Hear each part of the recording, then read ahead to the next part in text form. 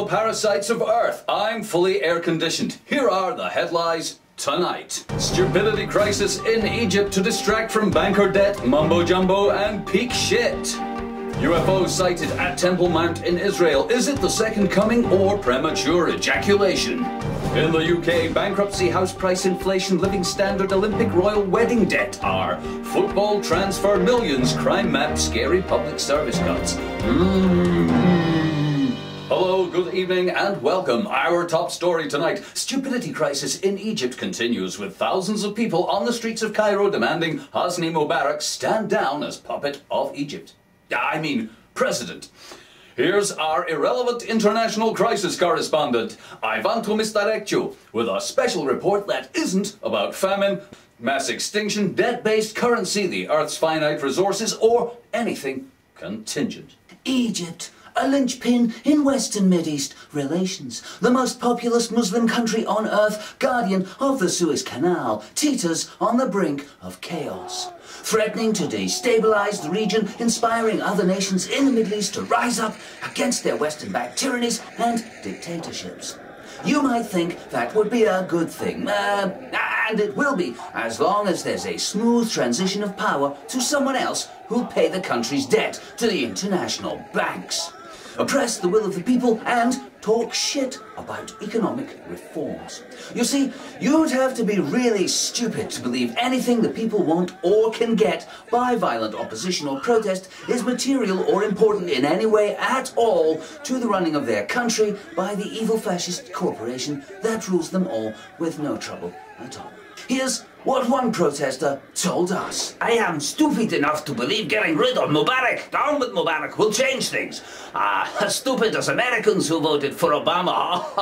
I might be stupid enough to think General Omar Suleiman should be president. He's the guy who spent the last 20 years spying on us and killing the opposition for Mubarak and the West. Not to mention torturing people for you thanks to extraordinary rendition. Yeah, a murdering, lying fascist is just what we need. Mubarak, down with Mubarak.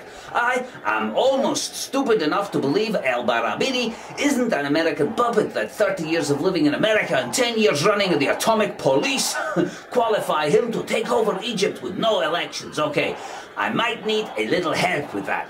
But stranger things have happened. Some people here are stupid enough to vote for the medieval mumbo-jumbo brotherhood and have the country run by morons who believe in fantasy beings and other dimensions.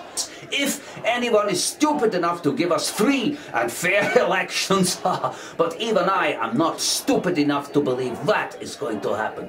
Mubarak must go! Oh, down with Mubarak! Mubarak must go! Egypt's national debt is 80% of GDP, its banks print worthless currency, its neighbour Israel determines border controls, it used to be self-sufficient in food, but now imports most of it from America.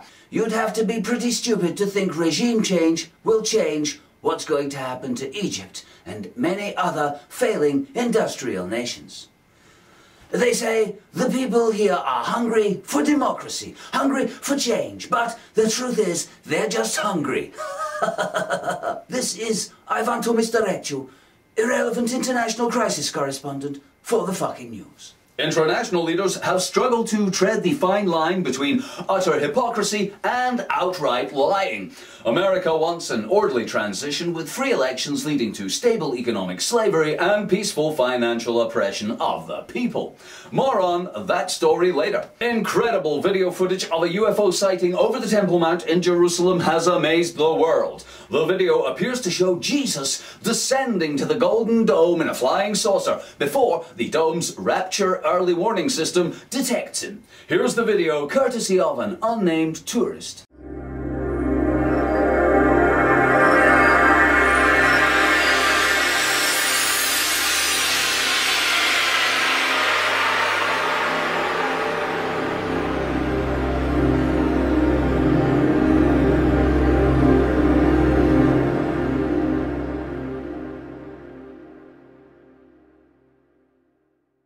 World leaders have been quick to claim the video is a fake. Pope Nazi Ratzinger IV Reich didn't say, We'll tell you when the rapture is, you sinful evil scum. When we want a new religious paradigm on earth, we'll give you one, and not a moment sooner. Now, fuck off back to the shopping and wait for me to tell you what's good and bad in the world. Chief Rabbi of the Dome didn't say, Oh, with Jesus again. How many times do we have to tell you God isn't a loving? He's an evil psychopathic infant with omnipotent powers. Ah, what you gonna do? Och, hoy vey. and Ayatollah Hocus Pocus on behalf of the Muslim world let it be known that Jesus is Allah's bitch, so even if it was Jesus, our mumbo is more jumbo than yours. In the UK, personal debt, mobile phone search, high schools, migration concerns, anxiety undercurrent, racist society growth, borrow more money. The Prime Minister says the regime in Egypt must take steps to show there is a clear, credible, transparent path towards transition that we can see out of the corner of our eye, but cannot put my finger on, with rainbows and moonbeams, twirling and skipping through a magical land of dreamy posh twats, talking bollocks about bullshit. In other news, fire death baby shot dead by off-duty police officer in corruption charges, Crime Prosecution Service announces. Ford Focus, stabby rape murder crime map, and intruder percent. Suspected robbery bedroom secrets, turned my husband into sex symbol, says pension cash man shot by police. Sexy stiffy news.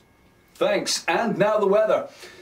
Love will conquer all, technology will save us from extinction, and consumerism can last forever. Only joking, we're all fucked. Have a nice weekend.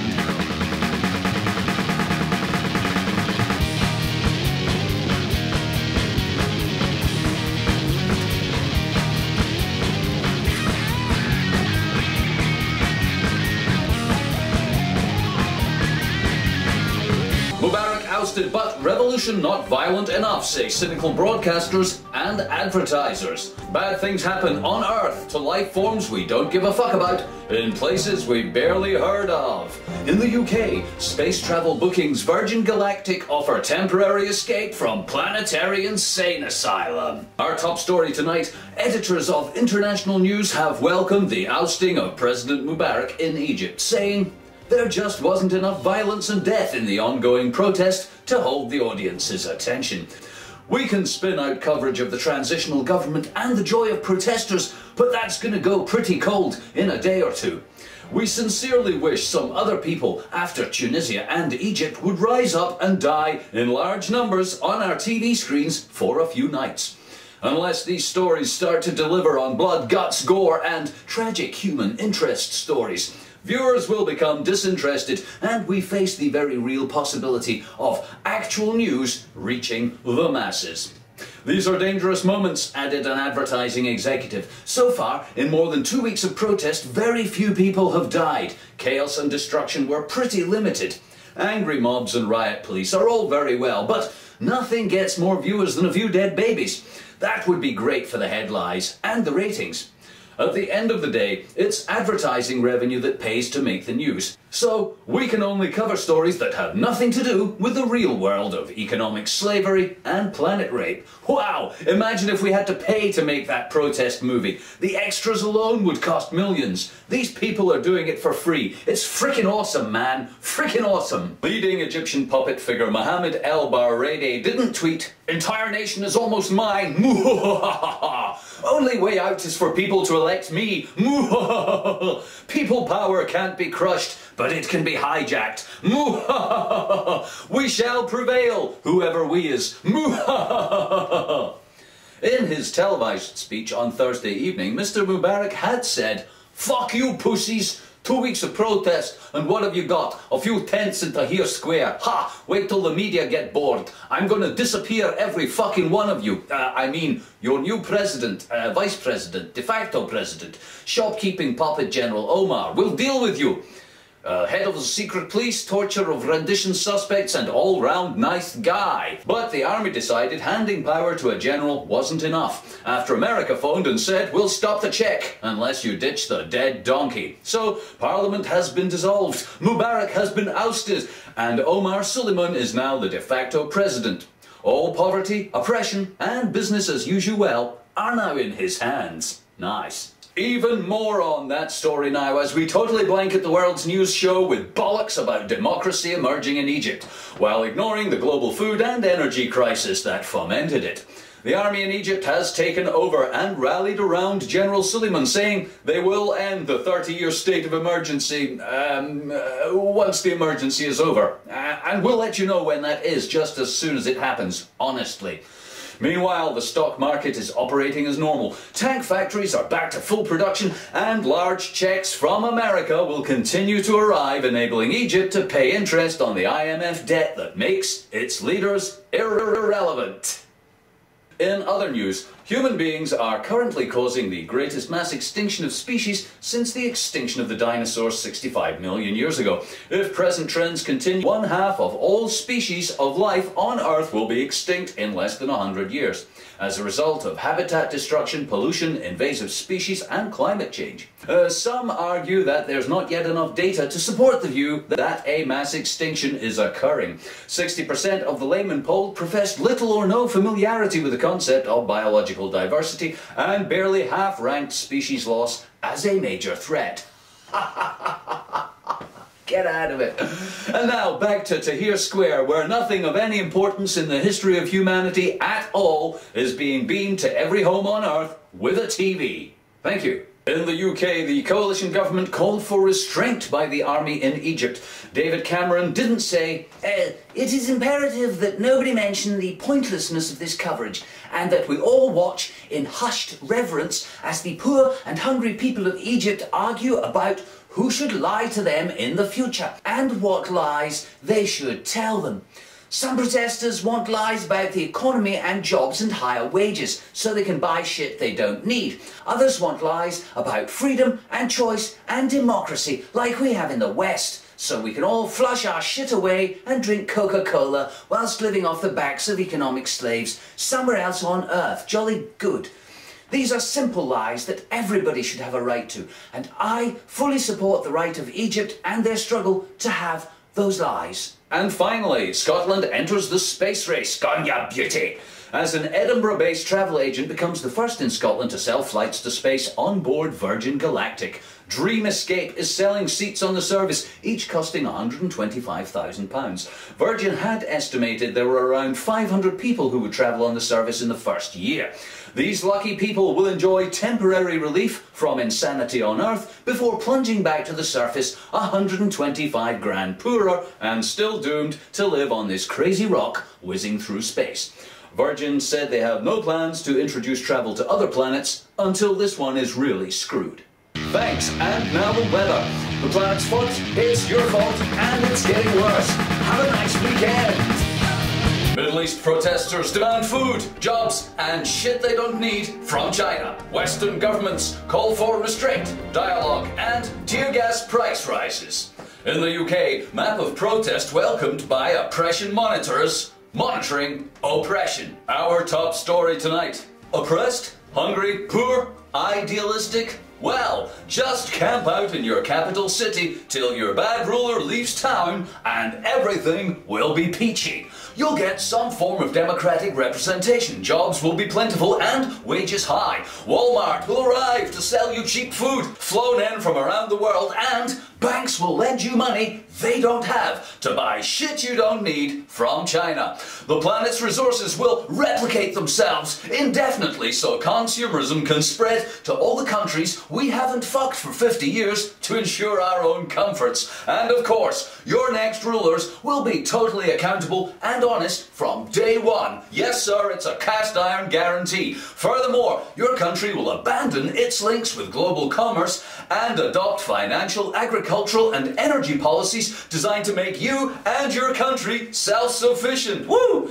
Independent and free from debt to a few wealthy banking families. Great. So, get out on the streets now. You've nothing to lose but your life and That's not worth much anyway, judging by the way despotic regimes can kill you in the night and still have the full support of America, Britain and the IMF before hosting the start of Formula One in a couple of weeks and building a giant new American naval base. Nice. The BBC has produced maps of the crisis-hit countries so we can monitor the rise of freedom. Won't it be great when these countries have what we have? Won't the world be a better, happier place when even more countries succumb to the total bollocks that is representative democracy? After all, we've got it and it's great here, isn't it? Woo, yeah. Yes, it's freedom to shop, freedom to work, and to say things nobody gives a fuck about. Freedom to vote for who's on the ballot and have them do nothing to change the fundamental underlying structure of your slavery, whereby a few people own the entire planet and you have to borrow some of it from them to live out your short, pitiful lives. Enjoy. Oh, Deke, you're such a cynic. Why can't you just be happy for the revolution? Some of these people recently had American-made electrodes attached to their testicles. Others were being disappeared in the night. It's a good thing that they stand up and fight back against their tyrannical, murdering rulers, and we should support them and their struggle for police and freedom. Peace and freedom. Yes, well, every death's a tragedy and I'm all for not having your testicles fried. But in another dimension or reality matrix unconnected to mass hysteria and bug-eyed, just-hatched idealism, the entire planet is owned by a few wealthy people, making you and me and the protesters landless peasants and the livestock of our owners. Poverty and oppression globally are the result of exclusion from land, not undemocratic rule. Although, let's face it, being a dictator really cuts down on administration. Overthrowing a leader here or there, it's just window dressing, baby. It doesn't matter to the overwhelming misery perpetrated on all life on Earth. Taking back the land? Now that would be a revolution. But wait, Deke, that's the kind of thing the revolution's gonna change. You see, once people rise up and overthrow their oppressive rulers, they'll change the way everything's done, and the world will become full of sunshine, lollipops, and moonbeams. Yeah, well, don't hold your breath waiting for that to happen though, eh? Because meanwhile, ownership of private property and land is protected by law and backed by heavily armed thugs. Overthrowing the face on your money won't change jack shit. Sorry. So, let's have a look at the real rulers/owners of Earth. The largest landowner on Earth, by far, is Queen Elizabeth II. The legal owner of 1/6 of the planet's land, a total of 6,600 million acres. She is the world's largest landowner and richest person. The next largest landowner is Russia, with an overall ownership of 4,219 million acres. The third largest is China, which claims to own the entire Chinese country. The fourth largest landowner on Earth is the government of the United States, just behind communist China in owning a large part of its own country.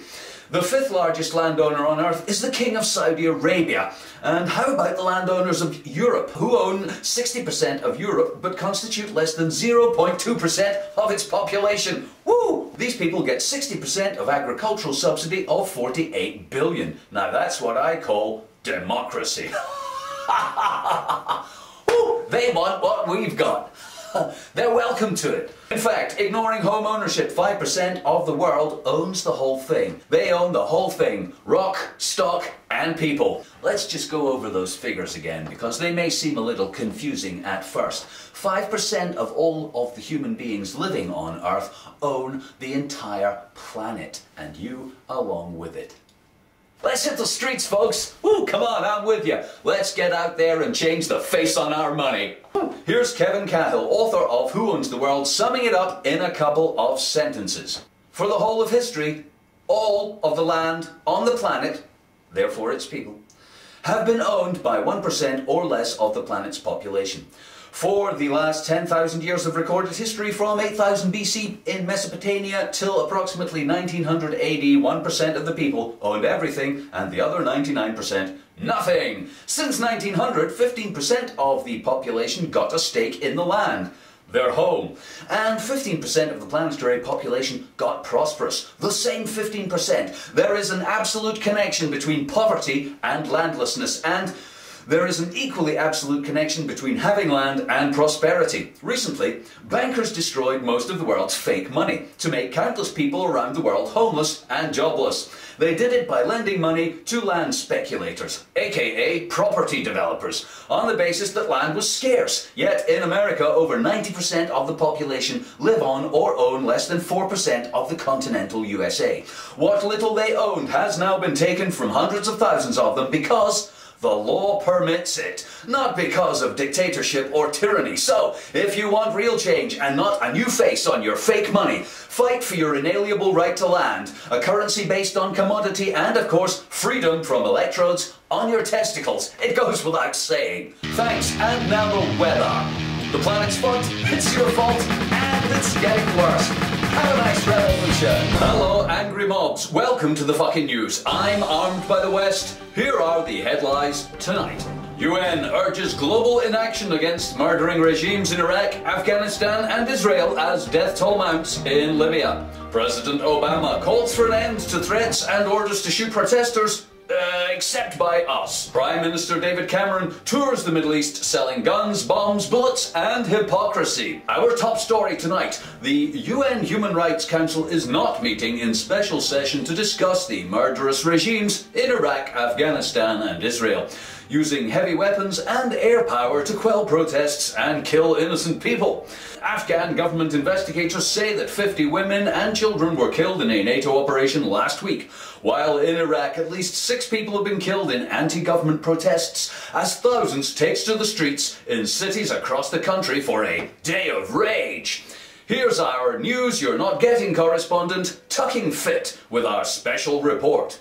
Heavily armed superpowers and their heroic troops have continued to bomb, strafe and shoot anti-government protesters in Iraq and Afghanistan, while the US recently vetoed a Security Council resolution calling on Israel to cease settlement activity in Palestine, which violates the 4th Geneva Convention. Men, women and children die every day in these territories as the UN doesn't meet to discuss any reaction to these atrocities committed by American, British and Israeli troops. But who gives a fuck about them, right? I mean, we've done our best to give them what the whole world wants. Fraudulent elections leading to puppet governments backed by Western military powers. Oh yeah, so why oh why aren't these people grateful for all we've done for them? Okay, we killed a lot of them in the process, and our hypocrisy in choosing to overthrow Saddam and the Taliban whilst ignoring the murdering, lying scum we kept in power in Saudi Arabia, Yemen, Kuwait, etc. must rank as one of the biggest elephants in the biggest rooms you could ever imagine. But look at the rest of the Middle East. It's crying out for the peace and freedom to elect leaders who buy handcuffs from us. In stark contrast to the ungrateful insurgency in Iraq and Afghanistan, the people of Libya are leading the way in the news you are getting. Gaddafi's days are numbered, which is a shame because this revolution is great. Lots of blood, dead people, righteous Western leaders making moral pronouncements about the use of force, 24-hour Twitter coverage, and the certifiably mad, bad and dangerous to know incumbent despot, Colonel Gaddafi. Ooh, he's so bad. Ooh, we're so good. It's so black and white. Everybody in Europe and America, get your goody two-shoes on and make your way to the sidelines to cheer on the revolution as they fight against their evil oppressor. It won't be easy, and the final showdown will certainly be bloody. Bloody good television. On the streets, the protesters face a daunting challenge. Mercenaries machine gun them from American Chinook helicopters. Snipers shoot them with British rifles. Secret police patrol in Swiss armoured cars, and Russian jets bomb them, and the whole shooting match is paid for with oil exploration profits. Negotiated by Tony Blair. He's the Middle East peace envoy, you know. You couldn't make this shit up. Well, you could, but nobody would believe you. In response to the crisis in Libya, Mr. Obama outlined a range of possible measures, including waiting for it all to blow over, then lending the new rulers money and telling them how to run their country. Earlier, the White House said all options were on the table, including two-faced lying, duplicitous inaction, media manipulation, and anything that keeps the heat off our friends in Saudi Arabia and Israel. Libyan leader Muammar Gaddafi, meanwhile, repeated claims that hallucinogenic drugs had been taken, and he would wait until he was coming up before going to the Modown party. The UN Security Council is expected to meet later on Friday in New York to consider further inaction against Colonel Gaddafi's government. Hypocrisy is sweeping through the Middle East and North Africa, UK Prime Minister David Cameron has said on his tour of dictatorships in the region. History is sweeping through the Middle East. In a speech at the Abu Dhabi Arms Fair, he praised the brave and peaceful protests by people hungry for political and economic freedom, before demonstrating a taser and driving a tank over the bodies of dead Bahrain protesters. In his delegation of 26 businessmen, 8 work for companies in the defence and aerospace industry. Arms. But how can you sell democracy and arms at the same time? Some have suggested that this is somehow incompatible with a foreign policy of promoting political and economic reform. Others have said, what bubaloom up a bim bam boo. Inside the exhibition hall, brimming with weapons, the UK delegation angle for arms contracts, led by Gerald Howarth, the Defence Minister. British companies were offering a range of products useful for controlling hostile crowds. Tear gas grenades, stun grenades, rubber bullets, and so on. Nearby, a British officer could be heard pitching the benefits of camera-guided 6-kilogram fragmentation bombs to a Major General from the Algerian military. Nice. While out in the midday heat, the arms giant BAE Systems showed off a formidable armoured personnel carrier that it sold to Dubai's police force. More on that story later. No-lie zone proposed over Libya. Crude lie prices reach $120 a barrel. In the UK, Rupert Murdoch to Tits and Ass Entertainment to buy B-Sky B, ensuring tits and ass entertainment for all. Hello, Saudi princes. Welcome to the fucking news. I'm looking the other way. Here are the headlines tonight. Western leaders, including President Obama and UK Prime Minister David Cameron, are considering a no-lie zone over Libya as fighting continues between rebels and forces loyal to Gaddafi. The proposal is in response to Gaddafi's claim that Al-Qaeda are responsible for the uprising in Libya and that Islamic terror groups are trying to take over or destroy Libya because they're jealous of the people's freedoms and upset about religious persecution. Gaddafi used the lie and many others in a televised address to the nation, while battles raged along the coast and refugees fled the country from its borders with Egypt and Tunisia. President Barack Obama responded to the use of the Al-Qaeda lie in an imaginary speech. It is outrageous for Colonel Gaddafi to use our lies we sold him to attack and suppress his own people. These lies about Al-Qaeda and Islamic terror groups cannot excuse his actions in killing innocent protesters and suppressing the rights of the people of Libya to fight against oppression. They can only be used to excuse our killing innocent protesters and suppressing the rights of the people in countries we occupy. By using the Al-Qaeda lie, Gaddafi is making it so much harder for us to kill the people of Iraq and Afghanistan with the same lies. I am actively discussing with other leaders, the creation of a no-lie zone over Libya. This will allow our Western media to present the events in Libya any way we like and shove the lie down the throats of our citizens completely unopposed. Sieg Heil. God bless the fatherland, the homeland. Meanwhile, in Afghanistan, NATO has apologized for killing 9 children in an airstrike in Afghanistan's northeastern region. Top NATO Commander General David Petraeus said he was ordered to be deeply sorry for the incident, which would make lying to the people of Afghanistan so much harder and difficult for the folks back home to swallow as well. Not that many of them give a toss. Going on not to say, we don't give a fuck. We don't give a fuck. We are deeply sorry about this tragedy and apologize to members of the Afghan government. These deaths should never have been reported. That happened.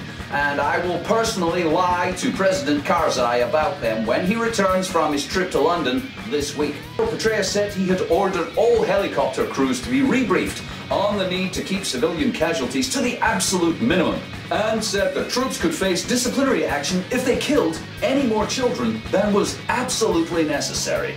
Nice. In a related story, the price of crude lie is rising as the Libyan conflict intensifies, threatening the global economy which has relied upon cheap lies for many years.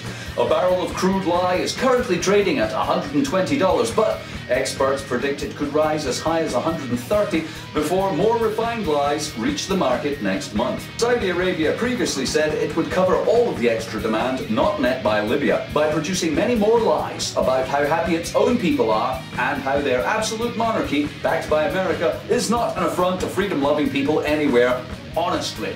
More on that story later. Pope Benedict has rejected the idea of collective Jewish guilt for Jesus Christ's death in a new book to be published next week, claiming instead that Al-Qaeda had time-traveled to the past to kill Jesus and frame Jewish people for his death. Though he couldn't say when the time machine would be built, God had informed him it would be, and that many other terror events in the past would be committed by Islamic terrorists just as soon as they do. He urged people to prepare for even more revelations as God spills the beans to him and only him on your behalf. And finally, in the UK, Rupert Murdoch has been given the go-ahead to become Britain's biggest media mogul, and buy the remaining 60% of satellite broadcaster Sky TV.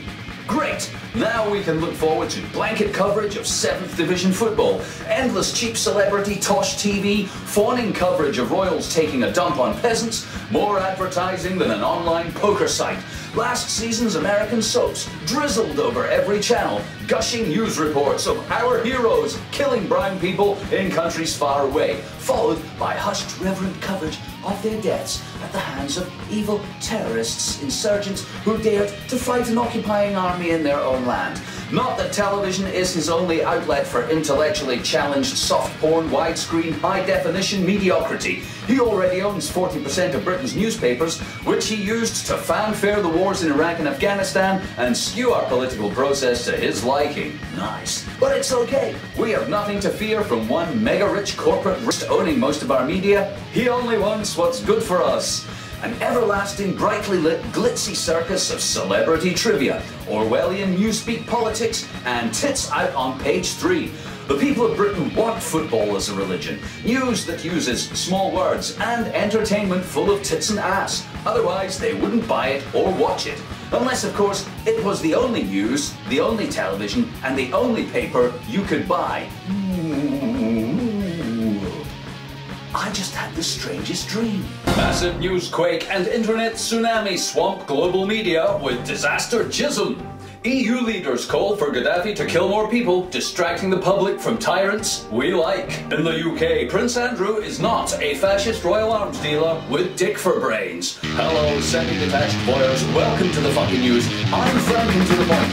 Here are the headlines tonight. The most powerful newsquake on the internet since records began has hit Twitter, YouTube, and Facebook today, triggering a devastating tsunami of online video and Twitter tweets. News editors rushed to broadcast pictures of the devastation in Japan caused by a natural disaster, as other, less exciting stories were swamped by a deluge of social media posts and online video. Worst affected is the northeast of Japan, where many people are without coverage of global sporting events or Middle East turmoil. World leaders rushed to make statements of vacuous support to those affected, many of them offering to send rapid deployment news teams equipped with special reporting equipment. Here's our natural disaster correspondent, rising death toll. Natural disasters are big news. And these days, big news is big money. For many years now, ratings for news channels have been declining, loss-making media giants lamenting the public's disinterest in celebrity gossip, sports bullshit, and meaningless press conference journalism. So they're always on the lookout for something juicy to fill their web pages, TV slots, and Twitter feeds. So, let us sit back and watch as mass media masturbation spunks the goo of natural disaster orgasm onto our screens. Multi-screen, multi-platform, jism shots of building wreckage, water damage, death toll estimates, and of course, the cost in dollars, crooned over like the entrails of a sacrificial chicken on a druid's holiday. Yes, they don't come much bigger than earthquakes and tsunamis. Never mind the ongoing natural disaster of consumerism, the annual 150 million dead brown people, or the fraud of global banking. News editors collectively don't give a shit about that, and won't be reporting it as long as anything else is available to fill our collective consciousness, distracting us from information relevant or contingent to our economic slavery and mass mind rape. Oh baby. In these days of multiple delivery platforms, the news orgasm can squirt its foamy ejaculate on social media, smartphones, YouTube, radio, TV and print. Rest assured, this story will come and come and come again as the aftermath glows like a post-coital cigarette in the darkness of our ill-informed ignorance. This is Rising Death Toll for the fucking news, just watching the shit go down. And this just in, a state of emergency has been declared at a nuclear power plant in Japan where a fire has broken out after the newsquake. Officials say there's no radiation leak, no one has died, everything's under control, and you should probably go look elsewhere for your news porn, you filthy voyeuristic scum. And you can follow our coverage of this very profitable disaster on the internet for weeks and weeks to come. Much more on that story later. Leaders of the EU's 27 member states have said Libya's Colonel Muammar Gaddafi must kill more people in order to deflect attention away from murdering tyrants that we like and have been propping up for decades. The EU is holding an emergency summit in Brussels in the hope of looking like they give a shit.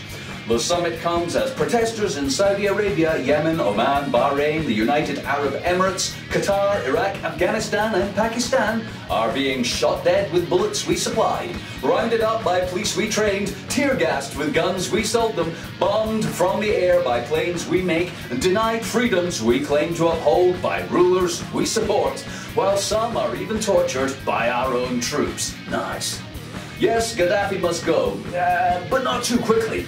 Wouldn't it be great if he could hold out for long enough for a variety of murdering scum and unelected royals we support across the region to put down their own troublesome rebellions, while our leaders all wring their hands and gnash their teeth about Gaddafi? German Chancellor Angela Merkel said, "It must be totally clear that somebody who wages war against his own people is no partner for talks with the European Union. Except Turkey, or China, or Saudi Arabia. They're okay. Therefore, we demand Gaddafi's immediate and continued castigation," she went on not to say, "for as long as possible." British Prime Minister David Cameron said it was important to show unity by all being in the same room while we say things that don't make any difference. Radioactive bullshit fallout spreads from Japan across the globe. UN backs all necessary measures to kill killers and stop the killing. Bahrain protesters killed by Saudi troops were begging for it, says despot. Hello, Geiger counters. Welcome to the fucking news. I'm historically inaccurate. Here are the headlines tonight. Japan has raised the alert level at a stricken nuclear plant from 4 to 5 on a 7-point international scale for atomic incidents. High levels of radioactive bullshit have been pouring out of Japan since the earthquake damaged the Fukushima nuclear plant last week. Residents of Tokyo have been staying indoors to avoid exposure to the bullshit fallout, and intense efforts at the plant to cool the damaged reactors continue. Wait a minute though, didn't we used to explode atomic bombs all over the Earth? Oh yes we did! Here's our science correspondent, Dr. Doom, with a report about our ongoing stupidity and what we're not going to do about it. Radioactive fallout, creator of many comic book superheroes and international bullshit. You see, much of our knowledge of the distribution of radionuclides has been derived from the period of intensive nuclear testing in the atmosphere during the 50s and 60s.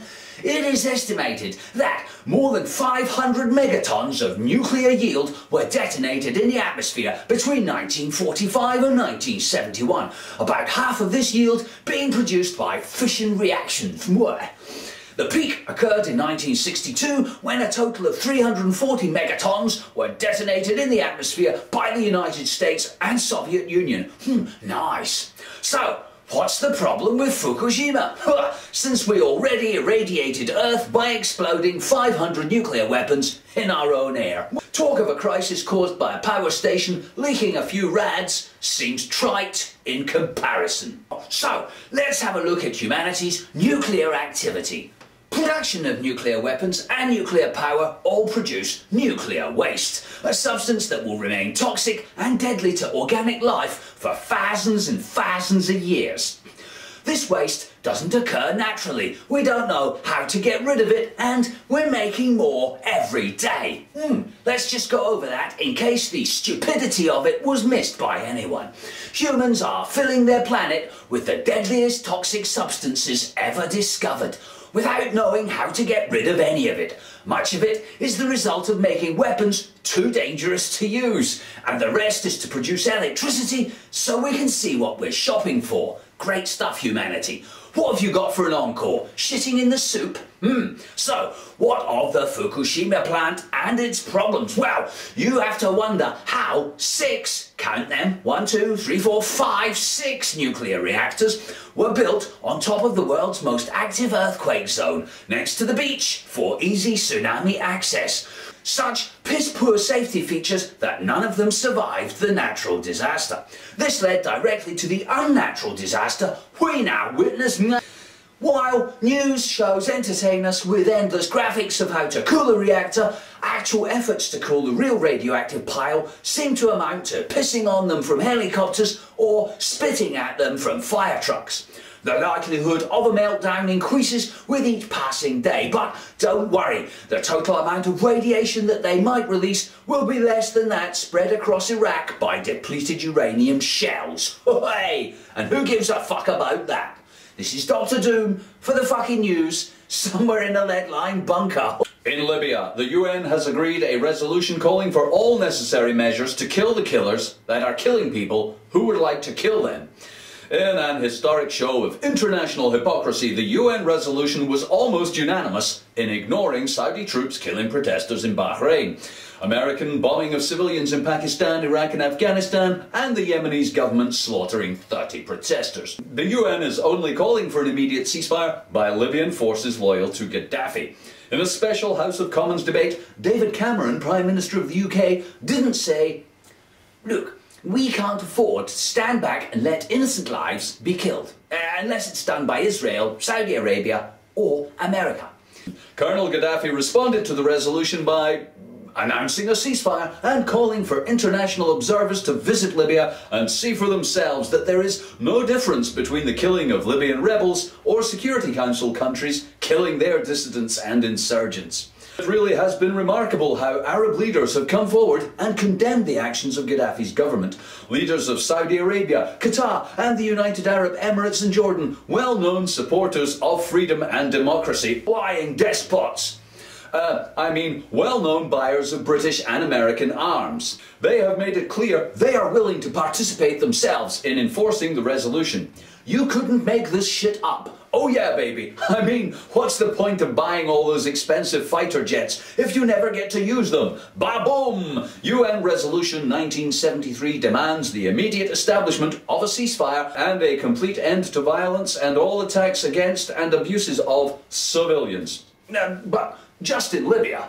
In a related story, King Hamad bin Asai Al Khalif of Bahrain, which has a population of 800,000 and is the home to the US Navy's 5th Fleet, didn't announce that protesters were shot dead by Saudi troops in a crackdown on democracy protests. But they had been asking for it. Really, they were begging for it, he went on not to say. They were begging for it. It was all I could do to stop them from shooting themselves in the head.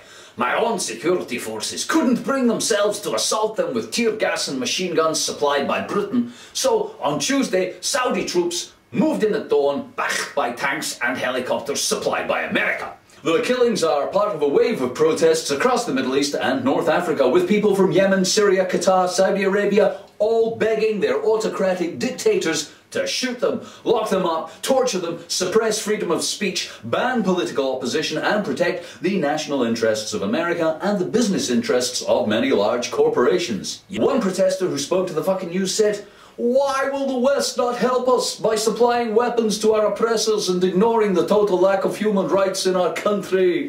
They could at least not mention the violence against us whilst themselves bombing and killing people like us in Iraq and Afghanistan. Please, please, somebody shoot me in the head and ignore my Western-backed ruler.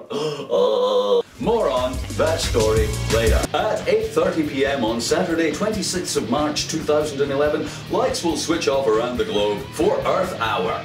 Then they'll all go back on again and everything will be just like it was before. Except for the smug feeling of self-satisfaction experienced by millions, if not billions, of conceptual eco-warriors who can now return to surfing the internet for organic, fair trade, chocolate soda-powered compost bins. Then drive to a supermarket to buy cruelty-free, carbon-neutral, vacuum-packed, out-of-season celery sticks, flown in from the other side of the world, remembering, of course, to take your stylish Hessian grocery bag-for-life totem as evidence to the world that you really do give a fuck. Then you can carry the produce of slave labour back to your individual livestock habitat, gobble it down whilst telling yourself how cool it is that you've done your bit. Yes, Earth Hour. It's the least we can do. Oh, wait a minute though. What about Earth Minute or Earth Second? After all, we don't want too much inconvenience, like Earth Day or Earth Week. That would be wrong. Just Earth Hour. That'll do. Yes, all around the world, brightly lit advertising spaces exhorting us to save electricity for Earth Hour, the irony of which is apparently lost on the organisers.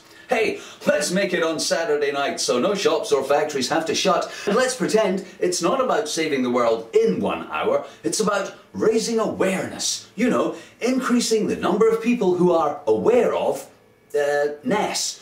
Perhaps more people should be aware our forests are being destroyed faster than we can replace them. Our oceans are being emptied faster than the fish can breathe. Our air poisoned, our land gobbled up by multinational corporations who grow Frankenstein foods. Our water aquifers overpumped. Our rivers sold to private interests. Our lives measured in economic units. And our economy based on debt, greed and war. But nah, it's not about that, say the WWF for Nature. It's to stop the degradation of the Earth's natural environment and build a future where people live in harmony with nature. Well, that would be good. But instead, it seems like the ultimate environmental indulgence, like medieval Catholic practice of forgiving sins for cash. Yes, sirree, roll up, roll up, roll up. In exchange for just 1 hour spent in the dark, you can be absolved of all consumerist sins accrued over the rest of the year. A small price to pay for a clean conscience. Earth Hour. You'll love it. It doesn't cost anything, requires inaction rather than action, and best of all, when it's all over, you can return to business as use you well. The lights go back on. Pandas waft across our TVs with rainforest montages and dolphin song soundtracks. Celebrity shills mouth vapid platitudes about recycling our waste, natural products and energy efficiency. Then it's on with the show, and see you next year when Earth Hour will be back to remind you what a useless, conscience-salving sop it really is, and how you don't mind because your beer's cold, sports on TV, and when you flush the toilet, all your shit disappears. Nice. More on that story later. A plot to ruin the royal wedding by shouting uncomfortable truths through a megaphone and expressing non-consensus reality has been thwarted by new laws allowing the fascist British police to arrest people for crimes they have not yet committed. Charlie Beach was arrested at about 5 p.m. on Thursday on suspicion of conspiracy to cause a public nuisance tomorrow. It is understood police believed Veach, who runs a group called the Love Police, Your Honour, was planning to cause disruption in Soho Square. His girlfriend said Charlie was planning to use a megaphone and make ironic comments in the square. Wow! No wonder he was arrested. I mean, imagine the affront to our country if our values of peace, freedom and democracy were to be displayed during a royal wedding. At least one arrest was made during the wedding. An individual in Soho Square started singing "We all live in a fascist regime" to the tune of "We all live in a yellow submarine, Your Honour." You are correct, sir, said the constable. You do live in a fascist regime, and as such, I must ask you to accompany me to the station, where you will be likely beaten, denied your human rights, and released when the Queen says so. As Charlie Beach languished in a prison and the Love Police kept vigil outside, the wedding itself went off without a hitch. here's our royal correspondent, Winston Pheromone Pussyjuice Sniffer, with our special report. Prince William and Kate Middleton, a young couple in love, getting married, and then breeding the next generation of royals to lord it over us. How marvellous!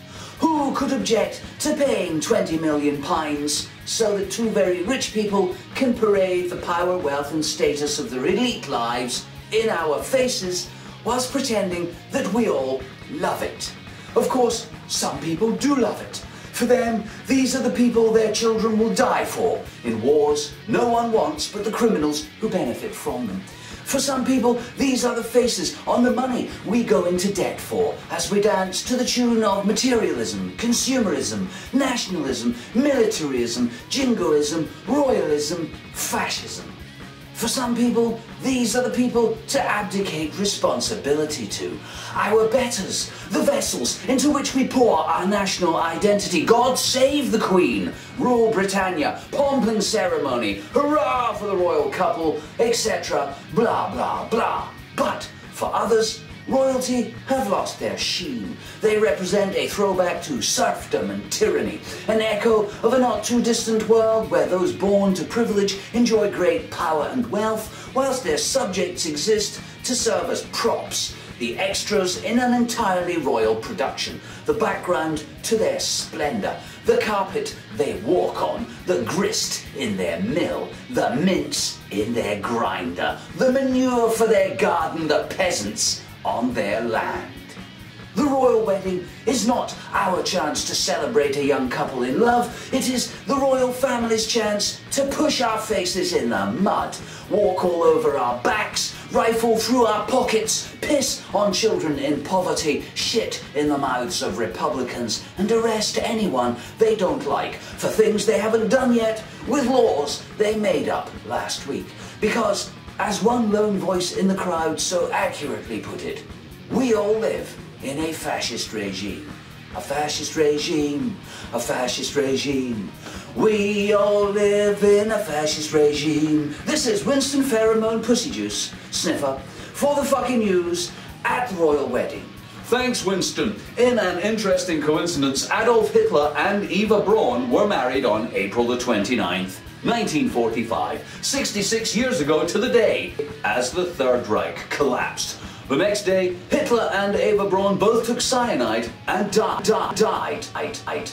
In a related story, the president may be trying to prove his citizenship, but Superman is planning to renounce it. Yes, he may still be a firm believer in truth and justice, but as he approaches his 80th birthday, the world's foremost superhero is no longer sure he can stand behind the American way.